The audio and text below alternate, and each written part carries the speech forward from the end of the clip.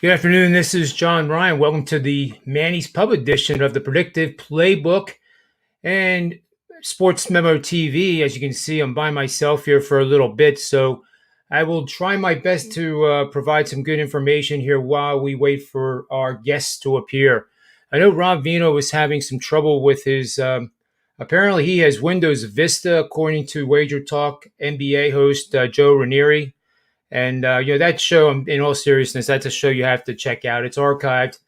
After this show is over, you can easily go back to that and check it out at wagertalk.com. And every single one of their shows is fantastic. There's not a better place in the world to get information in an enjoyable, focused, yet relaxing manner. It's not the dry stuff that you would hear possibly somewhere else. Like Philadelphia is 1-8 against the spread. I'm going to bet them. Yeah, that's no good. I mean, yeah, it might be great information, but you're asleep in like 2 minutes. But what I'll do here is you can get free picks here, sportsmo.com, free sports picks with dashes between the words. That's another great resource because they're free. It gives you a sample of what the capper style is like. Not everybody is a data scientist like I have been told I am. I actually combined the fundamentals with the two. We had Las Vegas Chris on the show yesterday, and that was awesome because just getting a chance to talk to a guy that came in second and fifth place in the same year in the circa millions was really cool, and I learned a lot, and I'm sure everybody else did too. If you didn't see that show, that was yesterday's Manny's Pub show, and Las Vegas Chris was in the second half of the show. So that is definitely worthwhile going back to review.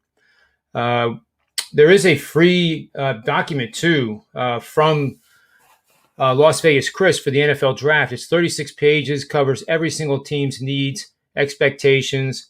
Great resource to help you with the prop bets. I think everybody knows I'm betting under offensive players in the first round, which I think is still at 17.5, but we'll be checking that shortly as well.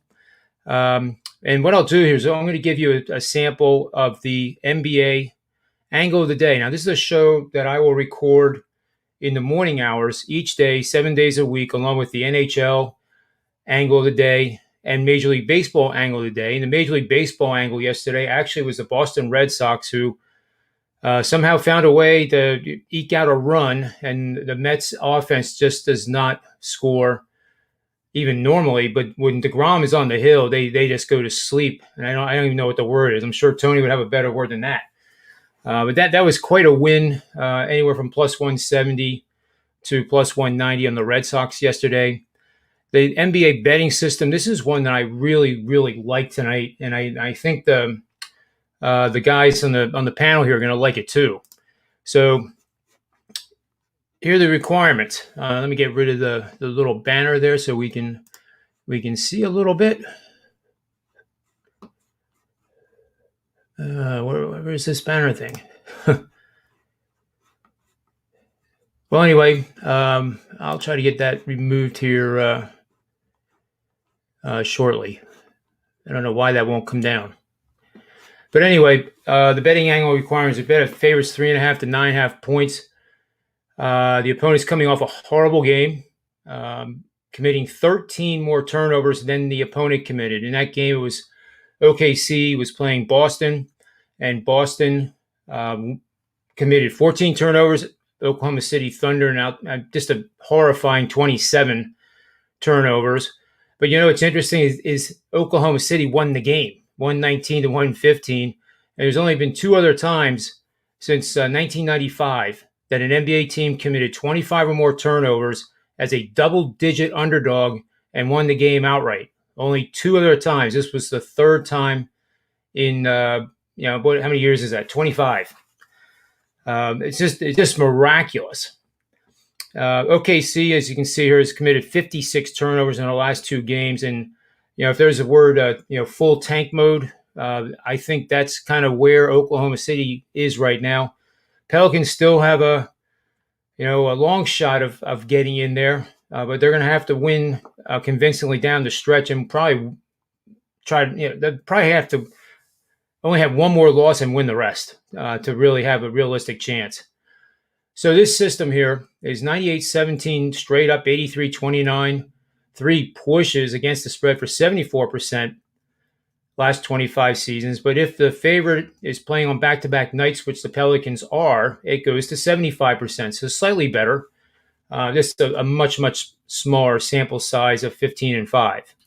So that is one play that I'm going to want to talk about with the guys if they get there. Maybe they're playing a trick on me here and leaving me hang. Let's see. The one thing I can tell you right now is you can get any of the handicappers that do appear on this show today at Sports Memo or Wager Talk using the promo code P29. You can get their 3-day access at every single play they release. For example, I know Tony Finn has a 5%er going tonight, which is his strongest bet that he releases. He had a 5%er last night that cashed, and when he gets hot, he's a guy that I would encourage you to get on. So by using that promo code P29, you get $20 off the regular cost of $49 for a 3-day test drive. So you can use that for anybody that appears on the show. It's not good for everybody, just the ones that are on the show, exclusive to you viewers. And I thank you for coming on board and watching this show. So I also have a test drive of my own. You can do that too for the same promo code P29. And I highly recommend it. I have a problem sales pitching myself, but I'm trying to get better. I'm 5-1 the last 3 days. I hope to do that again, especially for those that are signing up for the service. And it really does give you a test drive of what goes into the research that you get with the pick. It's not just getting a pick and that's it. You actually get the meat and potatoes of why it is a pick. And that's the most important part, because in my 26 years, it's always been more important to me that a person who loses one of my bets understands why we lost. And that's the most critical thing. It's this thing is a grind. Nobody goes 40-0 and becomes worth $100 million doing it that way. It is work, and you got to just keep at it and at it and at it. And if you do, that's when the rewards come in. So anyway, I'm still trying to figure out why I can't get this off my screen here, the free picks, because it's going to block some of the other stuff. Well, I guess we'll figure it out as we go. We might as well take a look at the Major League Baseball one too, while we're waiting here for the guys to come in. I know Tony Mahia is definitely coming at 5, and Ski I think will come in at around that time as well. So hopefully I won't be on an island here much longer, and you guys won't have to wait to hear somebody else talk. So how about let's go to the ice with the NHL angle today. This is a game too that I like. The Philadelphia Flyers taking on the New Jersey Devils. Bitter divisional rivals for decades. In this case, you're going to bet on the road favorite of -110 to -150, which is the Flyers. The road favorite is outscoring their opponents by an average of at least 0.25 goals in the first period. Now, that doesn't sound like much, but believe me, it is.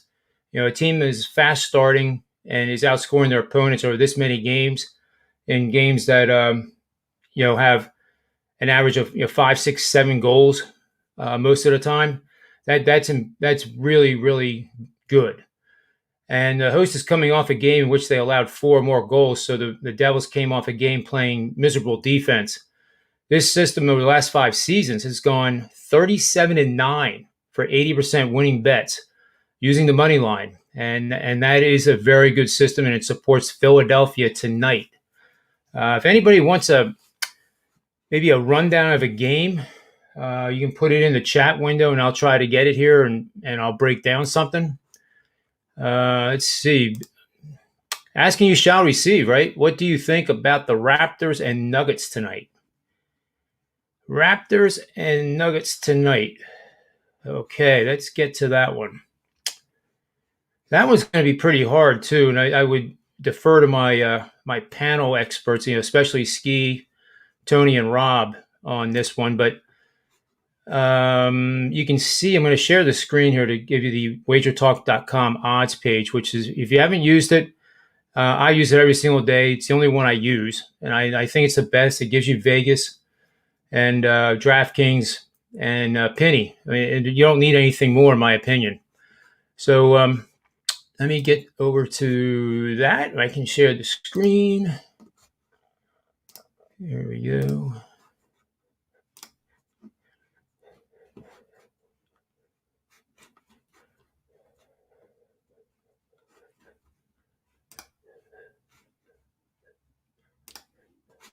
I think this is it. Okay. Well, I don't think that quite did it?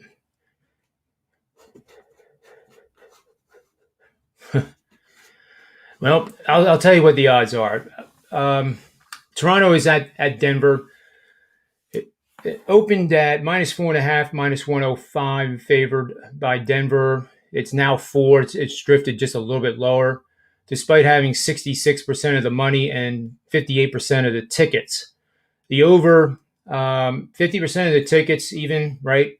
But 90% has bet under. 90% of the money is on the under. As a result, the total has gone from 224.5 to 218 in this particular game. 217 right now at DraftKings, and that's about it for that.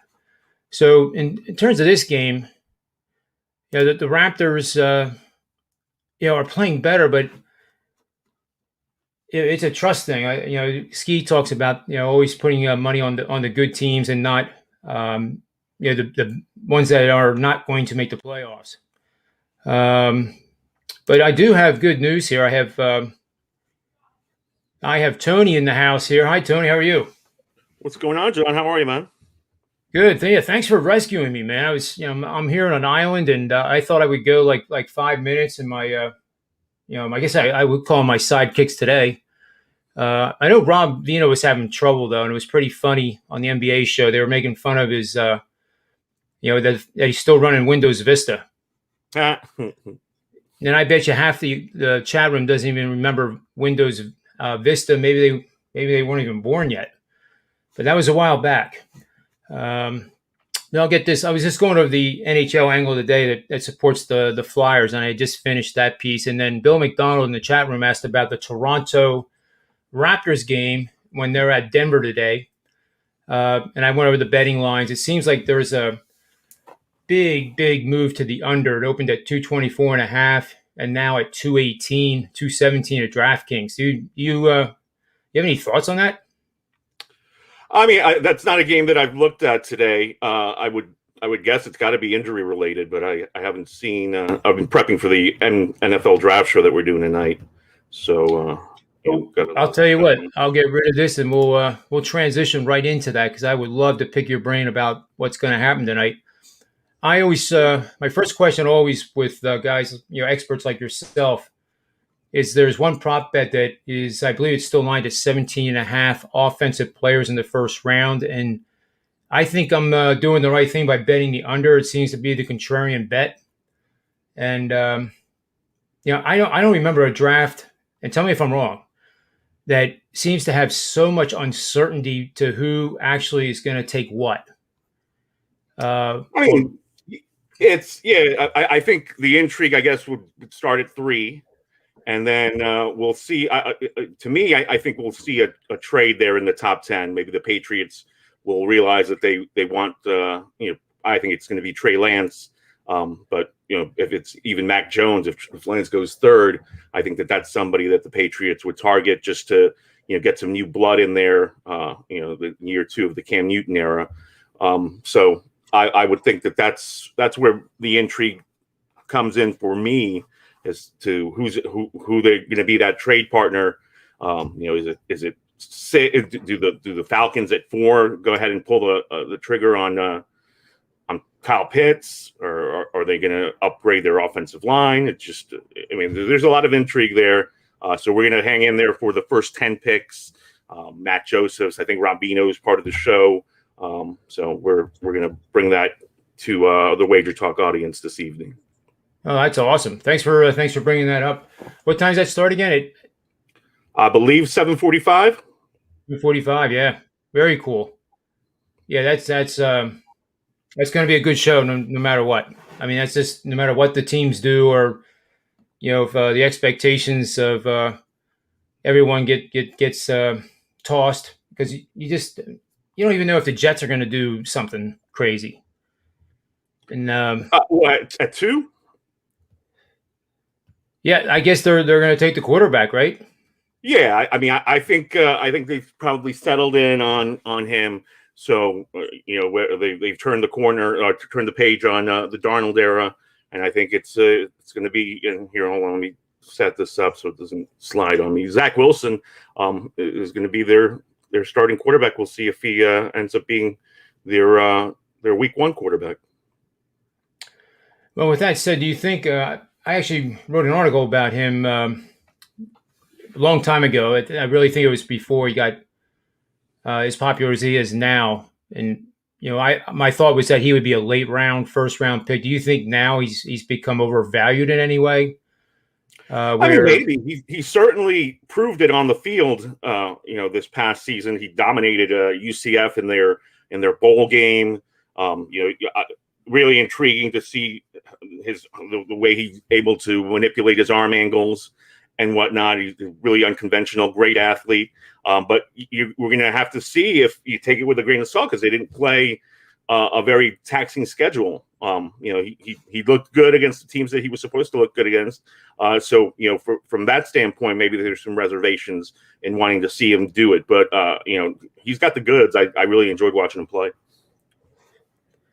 Yeah, I hope it works out. I'm just tired of the Jets being the joke of every single football joke there is. But they really came through though last year against Seattle, though, didn't they? Oh, and upset. Yeah, I was on the receiving end of that, so did not enjoy that game. The NFL draft preview. I got a copy of that, and anybody can get a copy of it over at Wager Talk. It's 36 pages of draft information, and it might be good to have ahead of the Wager Talk show at 7:45 tonight, just to have in front of you to see what the needs are for each team, and then based on how they pick, then there'll be another report that adjusts the team power ratings, for lack of a better word. Now, is that something that you also do, Tony? With you have an idea where the team is right now going into the season this coming September, or do you wait till actually the games start playing and then see how these draft picks are being used? No, I mean I'm pretty adamant about watching the preseason as much as I can, because, and especially now with the shortened preseason and a longer regular season. These teams are going to get right into it. I'm a big advocate of betting the preseason. I think you can find some nice spots there. But I mean, with the way free agency works and the way injuries play such a large role in preparation, you basically look at the roster, see the projected depth chart, read as much as you can about what coaches want to accomplish, who's going to play where, how many snaps you're going to look at before you kind of start making your projections and whatnot. But it's all game by game stuff, pretty basic football matchup stuff. And it's information, it's knowledge is power. You just have to kind of read every beat writer. I follow all of them on Twitter. I'm subscribed to The Athletic. I mean, you really can't make that stuff up. You kind of got to go day by day and see how the team is being covered and what's unfolding. Now, with the number 3 pick seems to be where the expected 49ers have that pick, and they're, I guess, expected to take the third quarterback in a row. Right. With Justin Fields, do you think there's any chance that doesn't happen? Or maybe it says here in the NFL draft manual that Trey Lance is possibly still in the mix. Right. I think it's going to be Lance or Jones. I don't think Fields goes that high. So certainly the early speculation was that Kyle Shanahan really loved Mac Jones. I was watching today that there are people in that building that prefer, the Trey Lance, so prefer his athleticism and upside. And again, he's going to be a better athlete than Mac Jones, but Jones has really proven, you give him playmakers like he had at Alabama, and he'll make plays for you. That was a tough situation for him to replace it to a Tagovailoa. And he did it twice. He did it, when Tua was injured, and then he did it, for the long run this past season. So certainly, I think Mac Jones has proven he's a worthy top 10 pick. And of course, everybody loves this guy Pitts, the tight end. He's 245 pounds, runs a 4.45, 4.45, right? 40. He's extraordinarily fast. He's tremendous. He's going to be, one of those matchup problem guys that you feed him the ball 10 targets, and he'll haul in 7 or 8 of them. And I think he'll be doing that from the moment he hits the field. He dominated in the SEC last year. And they had other playmakers around him, Kadarius Toney, and obviously the quarterback that could sling it. But when Kyle Pitts was out, Kyle Trask looked vulnerable. When Kyle Pitts was in the mix for the Gators, nobody could cover him. So I certainly think, be it 4 to the Falcons or somebody else, that we'll see, he'll make an impact immediately in this league. Welcome to the show, Tony Flynn. I have 2 Tonys in the house. This is awesome. That's Anthony. Never Anthony. Never cool. Anthony. I'm. You can call me anything you want. It can't bother me. It's tough to. You look good on the NBA show today. Did we do an NBA show today? Did we do it? Because was Rob still can't? Is he still having problems? Apparently so. Yeah, he couldn't. That's one of the reasons we were running behind, was because we were trying to get Rob up to speed, but we just told him he really needs to upgrade from Vista to a newer operating system. Yeah, I heard that, and I laughed pretty hard. I'm sitting here in a room by myself, and I'm laughing out loud at some of the stuff you guys do on that show. We're giving problems. I don't consider myself. I'm technical enough just to be dangerous, but I know, I didn't want new Windows. I was under the old Windows for a long time. I just recently upgraded to the newer Windows because I had a system built for me that was fairly expensive at the time, and it's recently became 10 years old and was still faster than, and it just needed a couple of tweaks. I still had that same system that I built 10 years ago, but it was over the top then, so I got lucky. I had a guy tell me what it needed to have, and got it, and here we go. He never did tell me this. It'd be an interesting survey of how many people remember the Commodore 64 and know what it is. Well, it's funny. It's funny you say that, because today I was I put a comment somewhere. I think it may have been. I was with you guys. I was saying, listen, tell Rob that he can't use Vista on the Mac 1 on the original Macintosh. They're not compatible. I remember the original Macintosh, John and Tony. Tony's probably, I don't know how old you are, Tony, but probably not old enough. But I can remember going to a happy hour once, and a buddy of mine came in and says, "Tony, I just bought a new house." Basically, is what he compared it to, because I remember him he's tweaking because he spent so much money on that original Macintosh, And so he said, "You want to come see it?" And I said, "I definitely do." And of course, we're talking about I guess it would have been 1979, right around there. And internet wasn't. Computers weren't prevalent. Internet wasn't prevalent. We were still doing fantasy baseball. through the mail. Through the mail? Wow. Through the mail.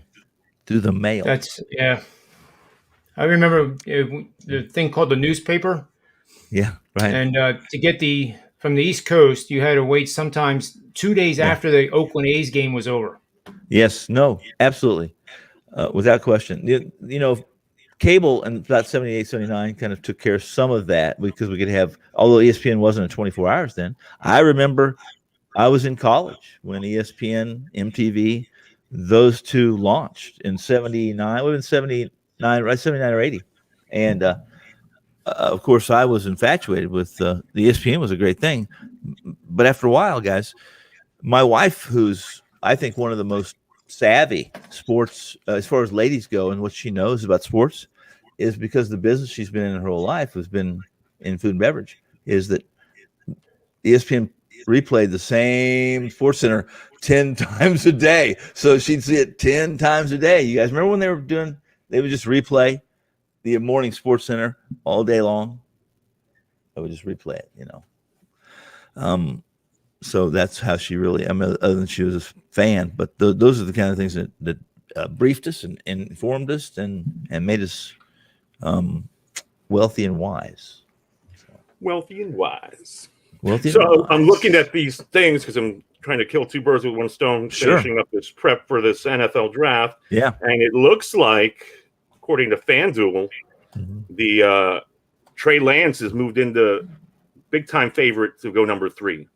So maybe somebody heard something. Trey Lance is now minus 200, and Mac Jones is now plus 160. That is we were just talking about it before you came on the show, Tony. Right.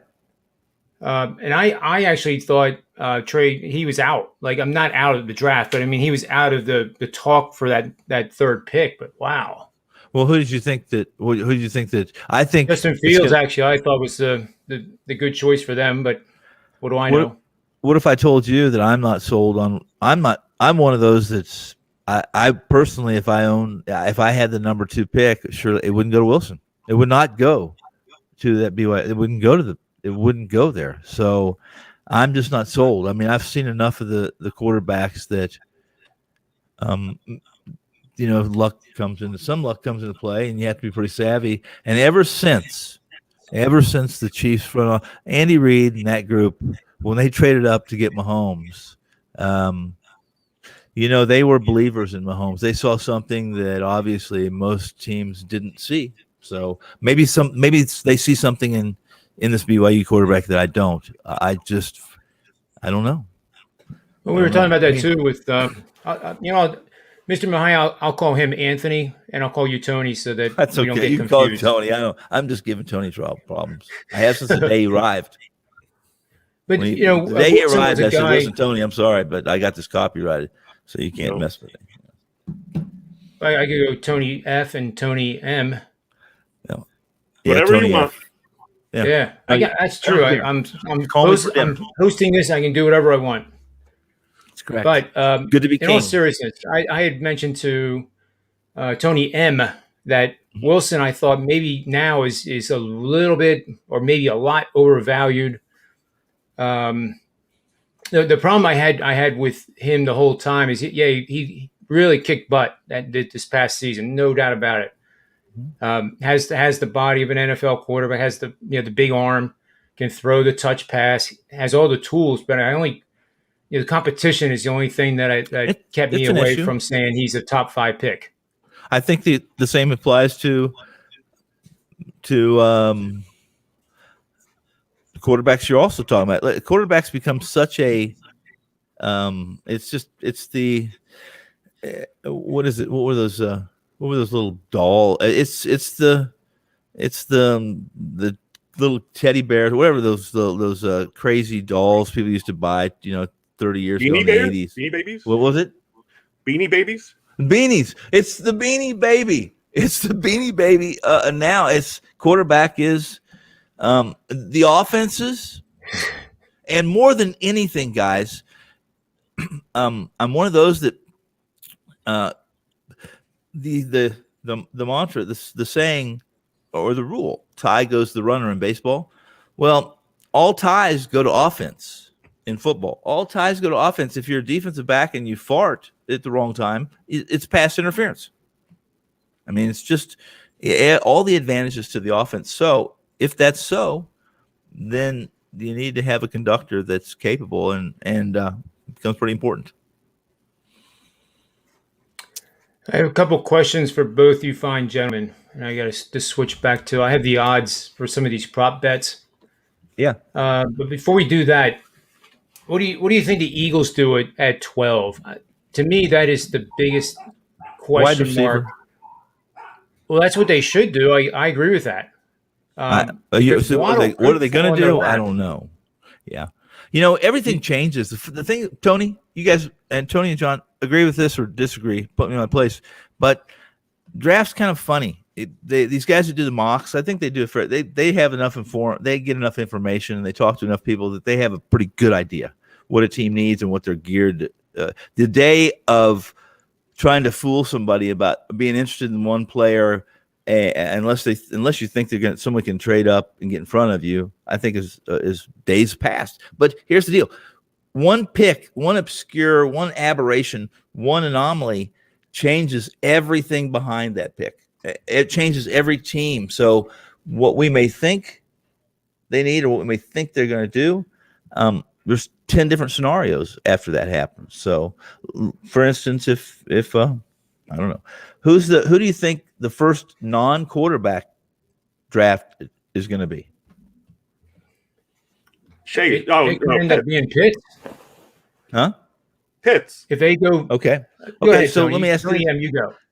Right. And if say somebody breaks the mold, or what we think the mold should be, or what we've been told, or what makes sense, then what happens after that? I mean, things just go awry. They start getting crazy. Yeah, I mean, I think in this draft, you got your teams that are going to go quarterback, and whether they're reaching or not, that'll be your top three, and then an additional name will be in there, maybe two, in this first round, and then you got to pick up the best available, as far as I'm concerned. I think Kyle Pitts is a home run hitter. Do the Falcons necessarily need him there, whereas they can upgrade that offensive line? It's been a problem where they can go defense if they wanted to.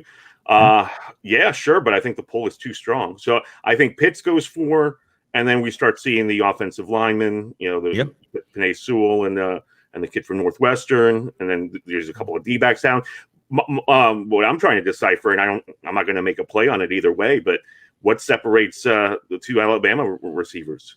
We know Chase is going 1 for he'll be the first. I can tell you what I think separates them, and that would be that Waddle. You're talking about Waddle and Smith, right? Yeah, Waddle got injured. It was the only thing. I mean, I can't. There's some other variables that could separate those two, but Waddle's a little faster. Huh?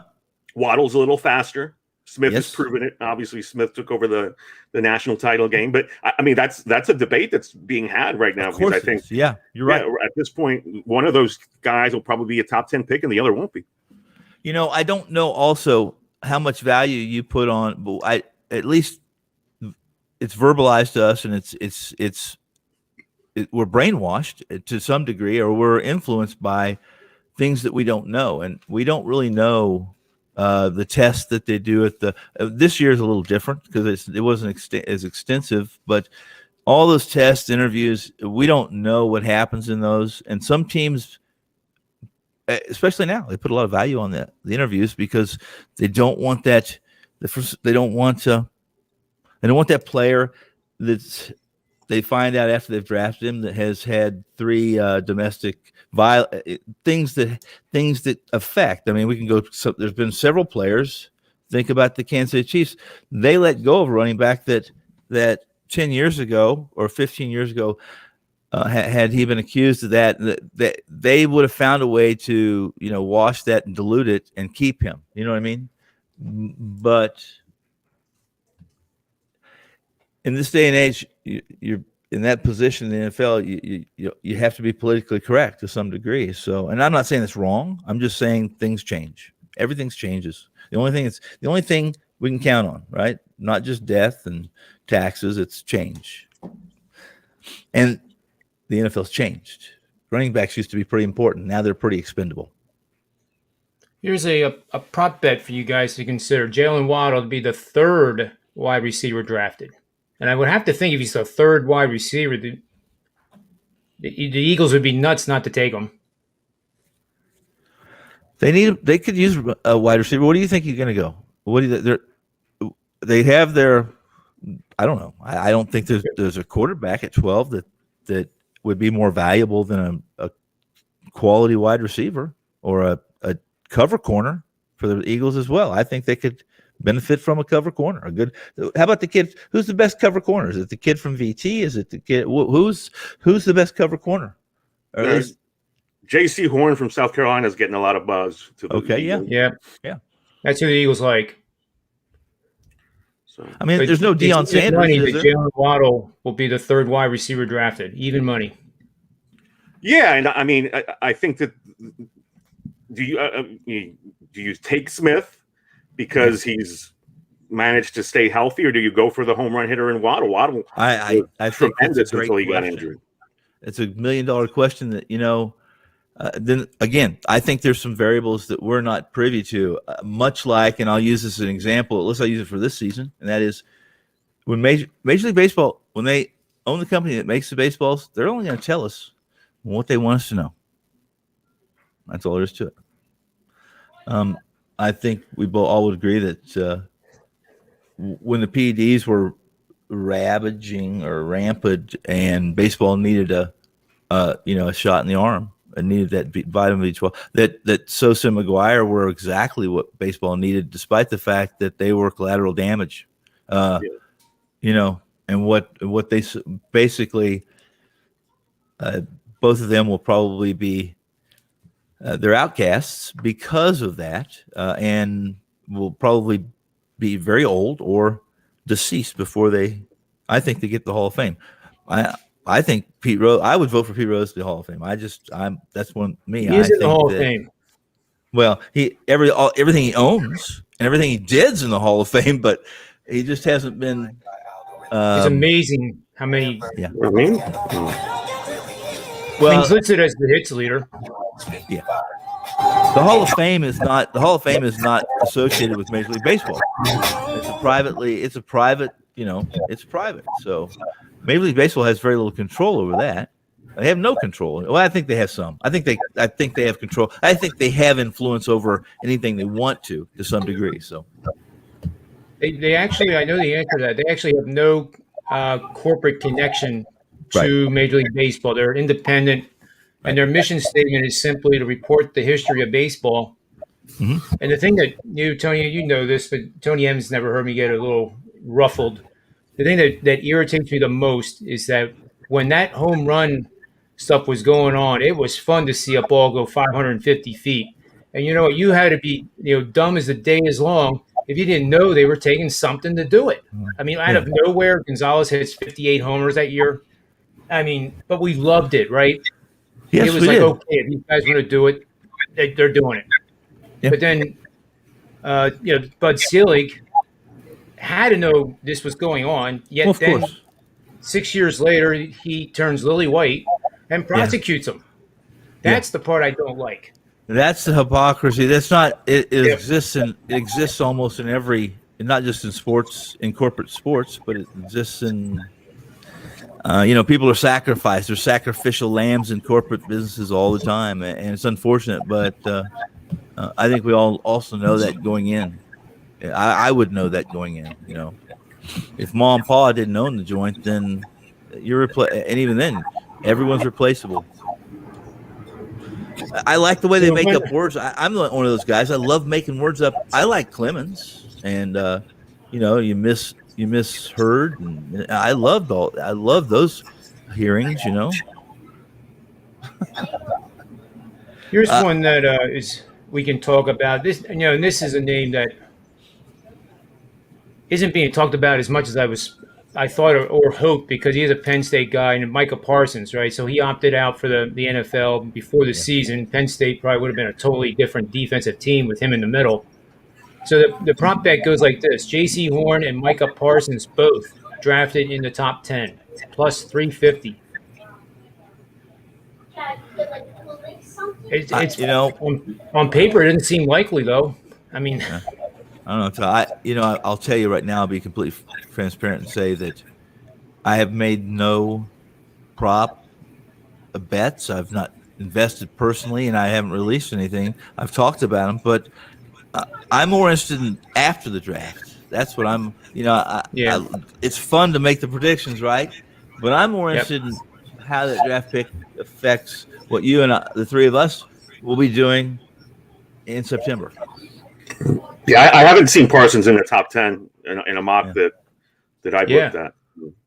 It doesn't seem like you're getting enough payback at 360. It seems like it should be more, but there's obviously discussions going on that we don't know, and I would love to be the fly on the wall in some of those discussions. But Micah Parsons, in my opinion, is the best linebacker in the draft by far. Yeah, man, best and all those things are so subjective. I mean, there's some things stand out like a sore thumb, but I think a lot of it has to do with system, and then even system is temporary. It depends on the coach and how long you think that coach is going to be there. And a guy that fits a 3-4 or a 4-3, whatever the case may be, a year from now he's a misfit to some degree. So it's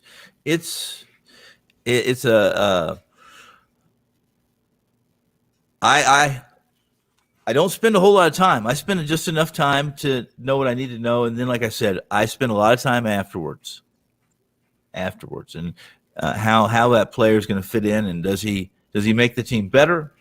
Does he make the team? Is that need to fit properly? Are they going to be the same? I never think a team is either the same. I never think that they're either better or they're worse. That's the way I go about things. So.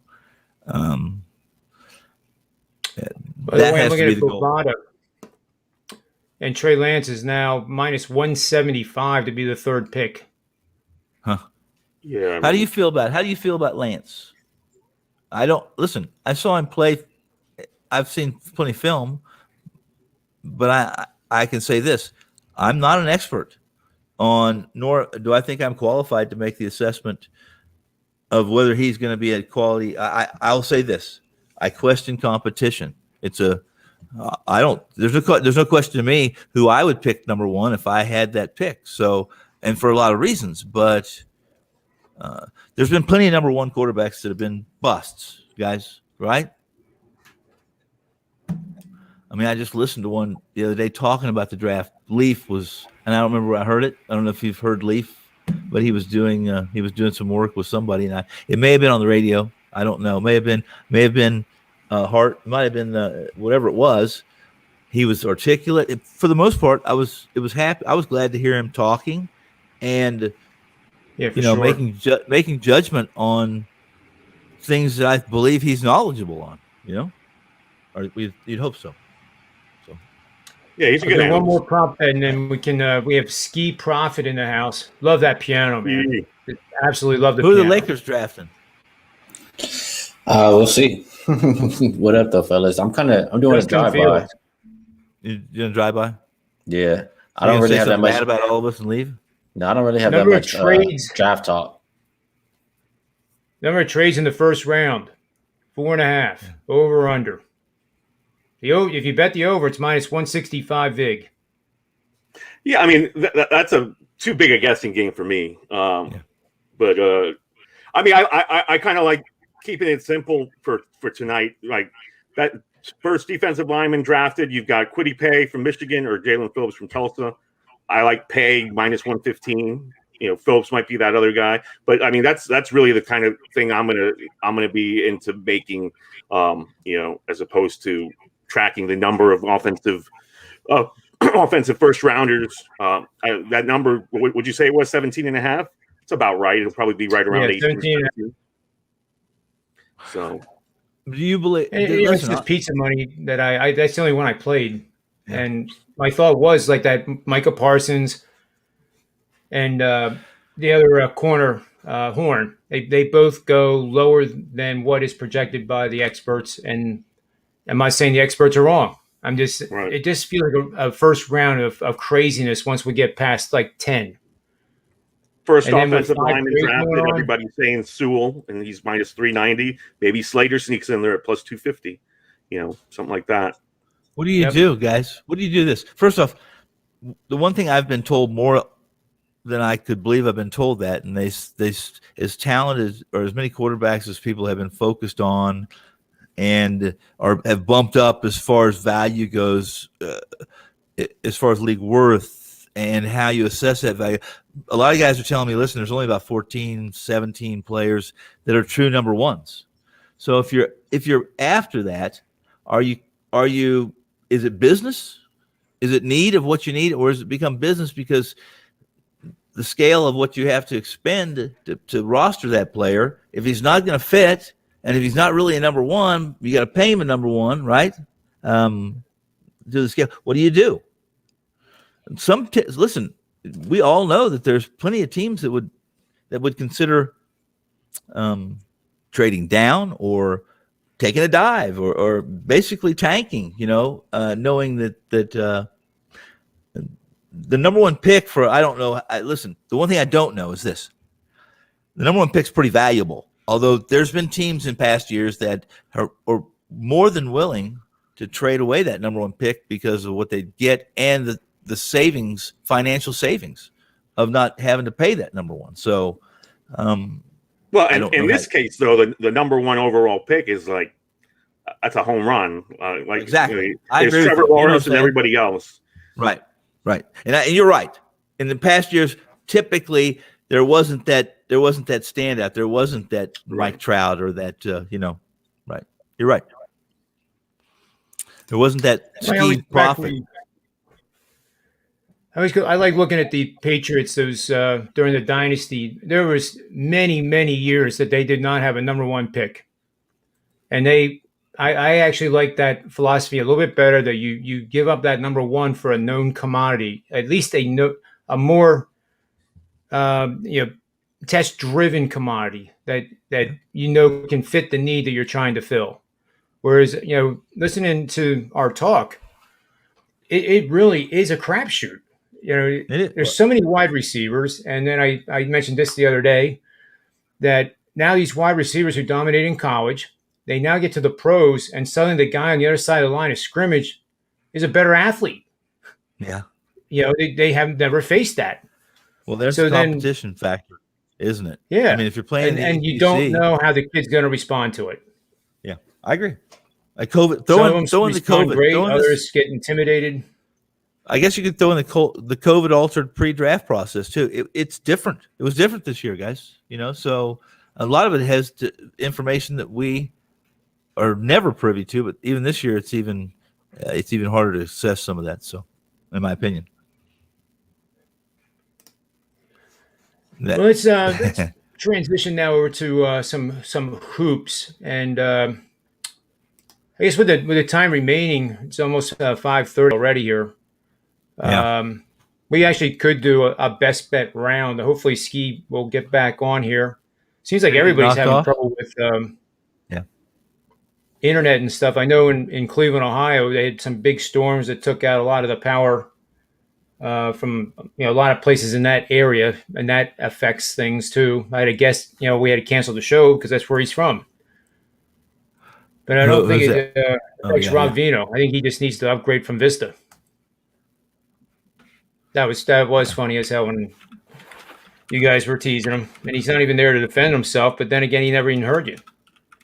Yeah. So I did the NBA betting system of the day that Tony, you saw earlier on this show, because I started the show solo. Because if you actually, with Facebook being one of the streams, if you start 10 minutes late, the Facebook forces you to create a new show. So instead of having to create a new show and all that trouble, I just started out monologue. Yeah.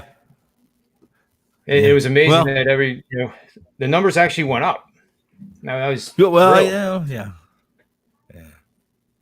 But anyway, best bets. I'm anxious to hear your best bets. Well, how about them Red Sox last night, huh? Told you. We have a Yankees fan here, don't we? Tony, you're a Yankees fan, aren't you? Yeah, lifelong Yankees fan. Well, they were playing the Mets last night. But I mean, I know. I'm just saying. Do lifelong Yankees fans typically are not. The Red Sox aren't their best friend. In Tony's case, no. Yeah. In my case, I took it seriously when I was younger. Right. Fandom, yeah. I could give you stories about that. I was actually more crushed that the Mets won in '86 than because I was rooting against the Red Sox. So right. I will tell you that I tell people all the time that I was influenced, and I don't to this day I don't hate him, but for a long time, younger, I wasn't a fan of Charles Finley because he took my Kansas City A's and moved them to Oakland, and the 99, the final year that they were there in 68, it was a team that lost 99 games, guys. 99 games they lost. Reggie Jackson, Joe Rudy, Sal Bando, the pit, unbelievable. Catfish Hunter. This is a pretty good team, right? And Charlie Finley, that was the year that he had gold bats. It was the first year that he demanded that his players wear white shoes, and they wore white leather cleats. He was a showman anyway. It was a circus for him, much like Vec. Disco nights, right, guys? You remember those beautiful days of dollar beers? And was it dollar beers when they got a little bit crazy? And was it Cleveland? I don't even remember now. It's been so long. But yeah, my favorite team, guys. I think you know what my favorite team is. The team I have money on. My favorite team changes by the hour sometimes. So right, yeah, for sure. I still root for. Listen, I still root. I still have rooting interest if I don't have anything vested. And I grew up in Lawrence, Kansas. So that should answer. I mean, my family is pretty. Jayhawk basketball was that was the shit, Nope. Yeah, that's the team out there. Yeah, no doubt. I grew up a St. John's fan in Queens, but we were decent. Carnesic. Listen, I like St. John's. I still like St. John's. I like you. If you're any St. John's fan, I mean, I wasn't a fan of some of the coaches they hired in the last 10 years, but right. Yeah. Yeah. Mullins makes sense only because he was a St. John's boy. But before that, there's a guy that is right where he belongs, I think. And that's what we're doing right now, TV. So yeah, we had Norm Roberts there for a while. Yeah. Brian Gregory. Lavin is who I'm speaking of, though. I mean, Lavin's at UCLA, St. John's, and I like Lavin's personality, but yeah, me too. He wasn't very successful. At a couple pretty, they're historic programs. St. John's, in my mind, is a historic program. UCLA, obviously. When you think of college basketball, if you don't think of St. John's, I think that you don't know much about college basketball. Then it's the city's team. Well, that's for sure. Tony M. Where are you living at now? You're in Florida, aren't you? Yeah, I'm in Orlando. All right, Orlando, in Disneyland. Yep. And then John, there's some pretty good history of basketball in Philly. Yeah, there is the Big Five. So. The Big Five in the Palestra. Yeah. I don't know why I look blurry on this. I have to fix this camera. You do look blurry. I don't know why. I'm plugged in. I'll fix it for the NFL show. But yeah. So Tony M. Being a Yankee fan, they have it looks like they have a pretty good weekend coming up here against the Detroit Tigers. Garrett Cole's pitching tomorrow night. He's minus 325. Was there any concern, like the media was telling everybody, that, oh boy, the Yankees, and we even looked historically, Tony Finn and I, how many teams with a losing record in April actually make the playoffs, and it's a pretty low number. I think, what was it, Tony, 7? Well, if you're going to go since my numbers were from 95 when we went into wild card, the era. You know, when you went from 4 playoff teams to from the pennant to an expanded roster or expanded bracket. But listen, if you have less than in the first 25 games, if you have less than 8 wins, it's almost typically most teams that had less than 8 wins, even though regardless of what they were projected to do, didn't even recover in May. For the most part, there was like 90 teams that were affected by less than 8 wins in the first 25, and for the most part, I think 91% of those teams don't make the playoffs. So it's a pretty big number. They definitely started slowly. No. I mean, they've got the pen. Nobody in the division is running away with it. I think I would fear Tampa Bay most of all. But again, that's a division that if in August you could be 5 games down and you'll be fine. Absolutely. So I'm not too worried about it yet.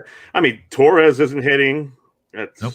Voigt's not in the lineup. So I saw. Listen, none of them are hitting. I mean, they're not. They're not hitting. They haven't pitched that. I mean, everything's gone wrong. But we've seen this before. We've seen it before. A mediocre, a pedestrian A's team, did. Jump from 8-18 to win 102 games. I think it was 8-18 or something like that. Win 102 games. Yeah.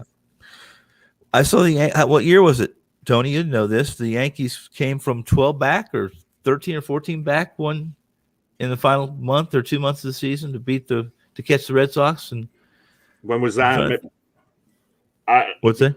That escapes me. I'm not really sure. I'll look it up. We'll look it up. But there's been a lot of teams overcome Aprils. Obviously, I thought more teams overcome something like that. But when that was brought to my attention and I was showed the numbers and the stats, I was surprised a little bit how important April can be. We say it's early, but every game counts the same.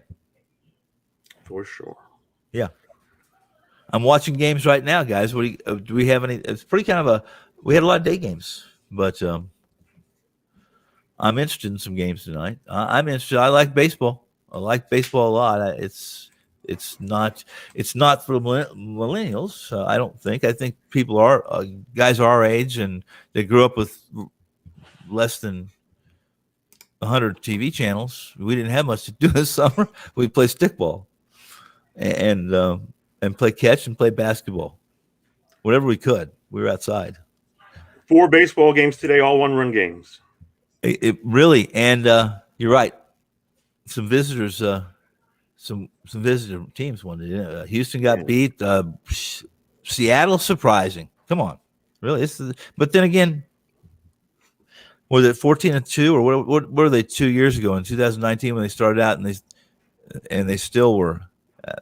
They didn't recover. They started strong and finished up dreadfully bad. Look who showed up, Rob Vino. Huh? Can you hear us, Rob? I can. Can you hear me? What? Where are you at? Looks like you're in an abandoned building. Now, wait a minute. I want you. It's just a green screen. Oh, is that what it is? Rob, are you on the NFL draft show tonight? I am. Okay. Are you sure? Are you sure they're going to have you? Yeah, 7:45 p.m. Eastern Standard Time, folks. I want to tell you my dedication to this show. In between that mess up with the NBA tip-off show, I went out and bought a new computer and just set it up in this time to get on the air with you guys. Wow, that is. Now, when are you going to take it back? Never. I can't because the other one I think they're going to use for metal scraps. I was so aggravated with it. Well, is it an older one? It's about 5 years, Tone. Yeah. So what did you get? Whatever they had on the shelf. No, I got a I got a Hewlett Packard with a lot of RAM and a lot of streaming capability. I've got one I use off to the side here for internet speed to read stories and whatnot. So I got one for video now, one for my research stuff. So we're in good shape. Good stuff. It's something pretty dedication, important. I'll tell you. Yeah, no, Very John. motivating. I totally apologize, John, but yesterday it was.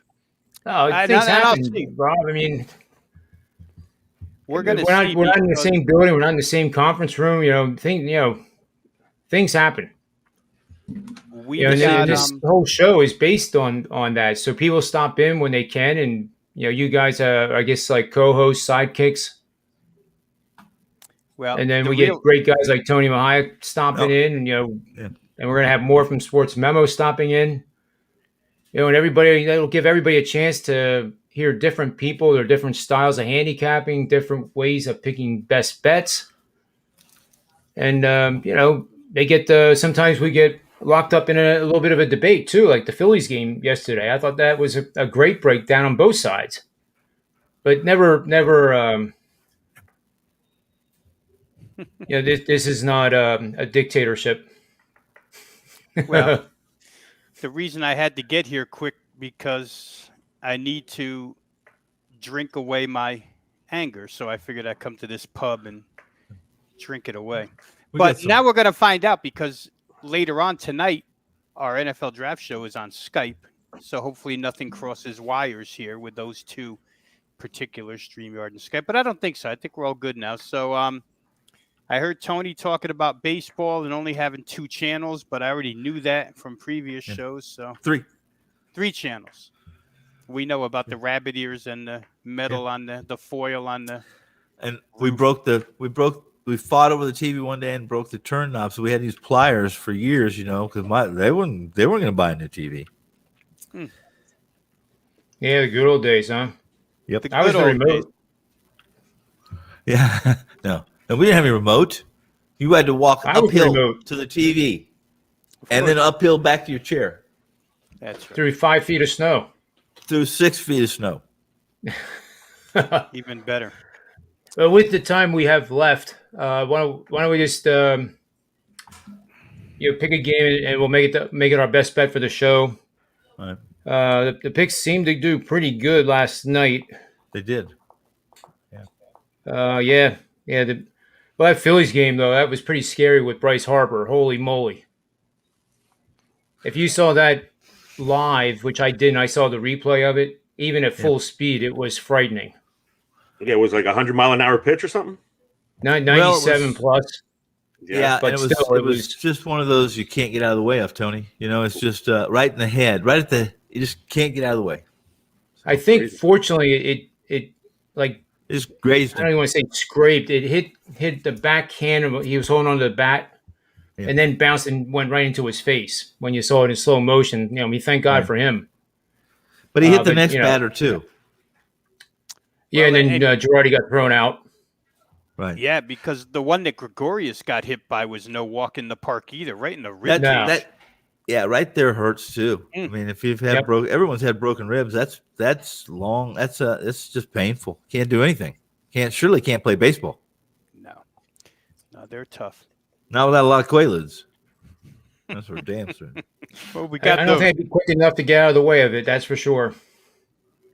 But when it's coming to your head, I'm going to give out Isaiah Stewart as my. I haven't even looked, but he's going to start today instead of Plumlee. I expect him to cash over his rebound prop. So nice. That's my pick to click because he'll be in all my FanDuel lineups. But I haven't seen if they've if FanDuel or DraftKings put a prop out for them. But he's going to be in the mix tonight. I love how hard that kid plays. Cool. Yeah, where, Tony Finn, you go next for your best bet. Does it have to be an NFL draft or can it be anything? No, it could be anything. Okay, then I'm going to play. I liked my free pick on the NBA. I'm under in Houston and Milwaukee. I'm under because I think Houston being obviously the worst 3-point shooting team in the NBA, in my opinion, and losing John Wall makes them basically inept at this point in time, and Milwaukee doesn't necessarily cover that. They can win by as many as they want to in this game tonight, I believe. But I believe that being the first leg of a back-to-back tomorrow in Chicago, I think they all know that Chicago's not going to be the toughest test in the world, but it's a tougher test than Houston. And I don't think they play at tempo today. I think they play to win, and the starters at least are going to spread a lot of minutes. I think 10 guys get double minutes, and they're preparing for Chicago with the knowledge and the belief that they're going to win this game. But under the number's big. I think it's 234. So I'm under Milwaukee, under Houston.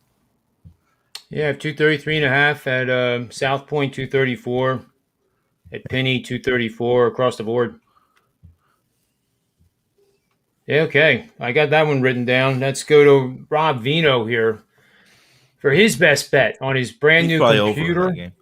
The first best bet on his new computer. There you go. Yeah, do you take a bottle of champagne and whack it over the computer? Probably not for a while. You know what? I'm going to be involved in the same game Tony's in, and for a lot of the reasons that he just said, Tony Finn. Make that clarification here, just so that we don't lump poor Tony Mejia in with Tony Finn. The Milwaukee Houston game is one of those where you feel like Milwaukee will finish business early and get rest second half here. I think that first half play with Milwaukee's pretty good here. Houston, obviously, down so many players right now, but I just can't see any defensive resistance on that side of the ball against Milwaukee, who actually, guys, in my estimation, maybe the last 5-6 games seems to be playing their best ball of the season to my eyes.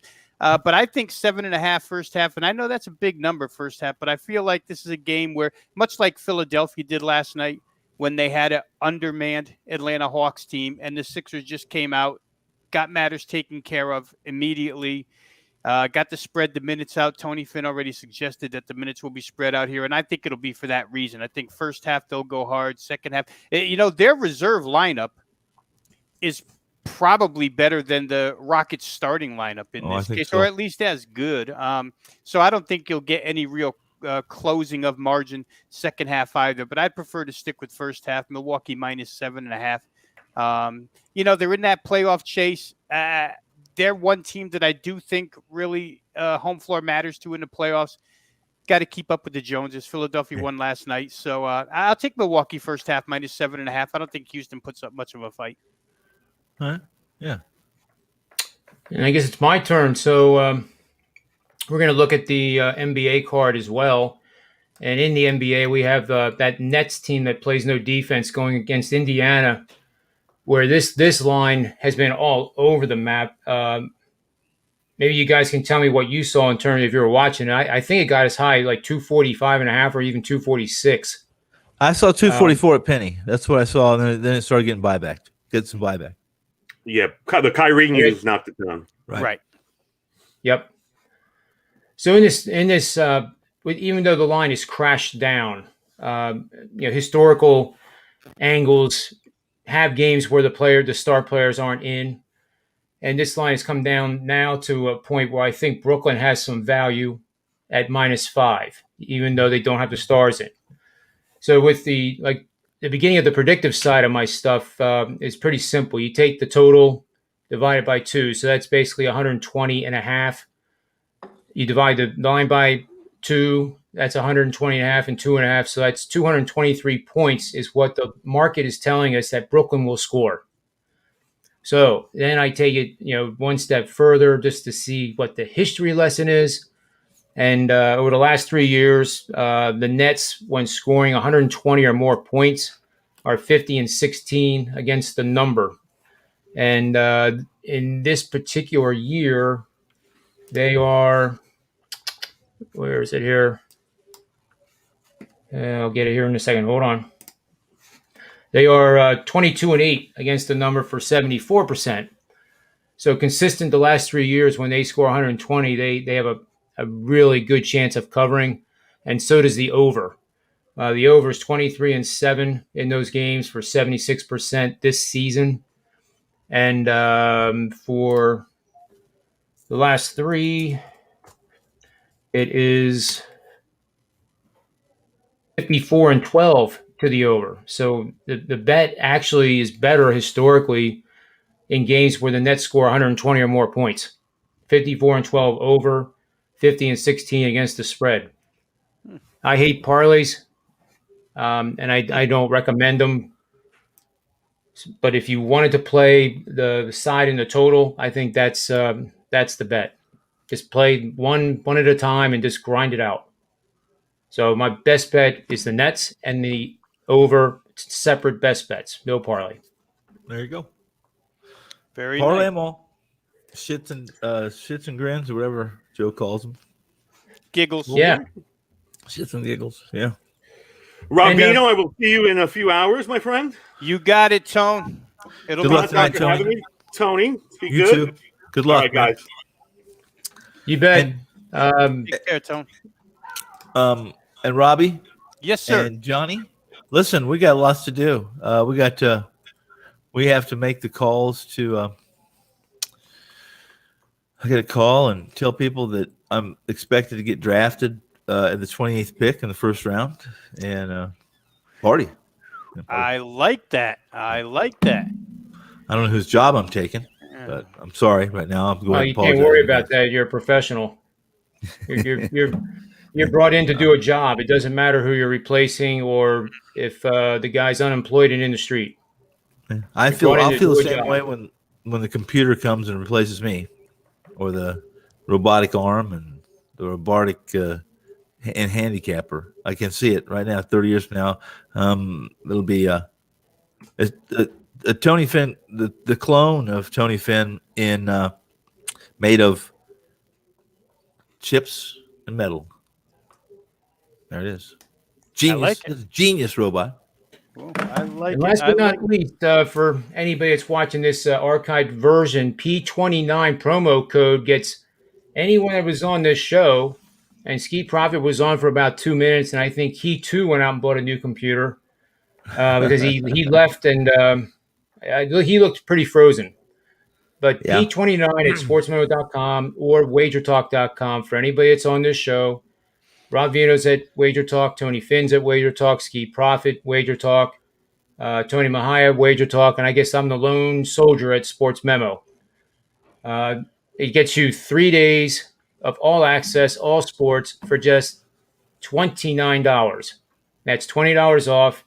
And if my math is right, that comes out to, roughly about a little less than $10 a day. So a good craft beer almost costs that much.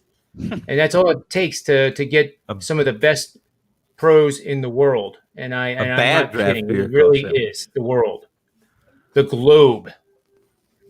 And don't forget, Well- 7:45 tonight, Eastern Standard Time, NFL Draft Show, Wager Talk, which will be awesome to watch. And as crazy as this first round is going to be, it might be one of the first years I actually sit down to watch it. Is there It a should be quite entertaining. I don't know, John. You would Rob? Was there a channel created for that show? There is. Okay. There is. Inside Slack, there is. Yep. Yeah, I will get a hold of Pepitone, Joe Pepitone. He's always Awesome. in charge. He's always in charge. Well, I he's- saw, real quick, guys, I don't know how deep you discussed it while I wasn't here, but it's interesting to see that odds have really shifted late this afternoon on that number 3 pick with San Yeah, we were Francisco, talking about right? Yeah. Trey Lance Big time. all of a sudden. So Minus nobody knows. 175. Yeah, it's as if somebody knew something was going to happen. Must have been Mattress Mac. Or, I don't know how much. You didn't hear that part yesterday, Rob. Mattress Mac put so far $2 million on Essential Quality in the Kentucky Derby, and if the Essential Quality wins, he gives out a free mattress, I guess, to people that need it. Yeah. Did Marco It's have a good good insight? charity thing. I'm sure Marco had some good insight with you today into the Derby. He's on the show tomorrow at 1:00. Oh, okay, tomorrow. I get my vaccine at 11 a.m. Oh, good for 2 you. hours later, I'll be talking with him. And So I tomorrow's hope they don't have any Friday. side effects. Tomorrow I'll bring a 6-pack because it's Friday. 12-pack. Yeah, Steve Merrill. It goes a week. I almost miss him. It's crazy. Well, he's somewhere.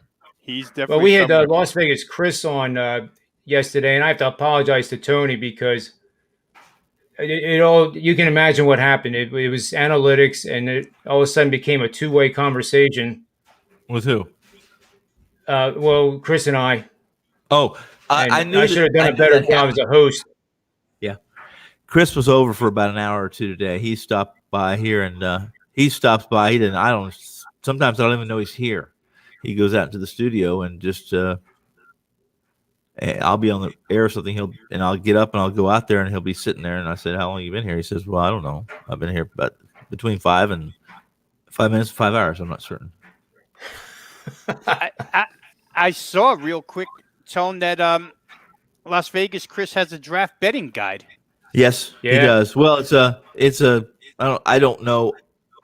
I glanced through it and I made my comment about it. And the guy he works with to orchestrate and create that does a good job. Very nice. Yeah, I I'll take a definitely. look at it. People they're going to watch the draft tonight and listen to you guys on that show should download it. It's free. It's 36 pages. Yeah. I've gone through it once.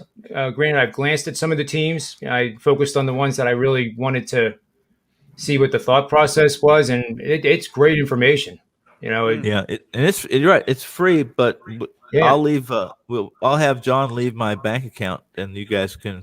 If any money you want to pitch in on that, I'll make sure that the powers that are and that created that they get that. Maybe. Well, if they buy your package, and Tony has a 5%er going tonight too. I do. saw I that. had one. Oh man, I had one last night too. and he won. I did So win. if you do the 3-day thing, that's a no-brainer. And in fact, you have no brain if you don't get his 5%er tonight on We'll the see how 3-day things go. We'll see how package. things go. But I have a 5%er for tomorrow. I had only released one 5%er this month, and not that I stack it up at the end, but I really liked the card last night, and I had a 3-in-1 card in the baseball, and I really liked the card today. Although my first game is just now going off, so everything was tonight. So we'll see how it works out. good luck, Mr. Sounds good. Finn. I need Well, luck. I'll take the luck. I'll take it. I'll let you Better luck find than- friends of mine go for the evening because you got work to do before 7:45 for sure. But I'll be tuning in. I'll be in the chat room if there is one. So and I for say- Rob Dino, Tony Finn, myself, the Predictive Playbook, and Sports Memo TV, and Wager Talk, may all the wins be yours. Well, I don't know what I'm going to be able to add. I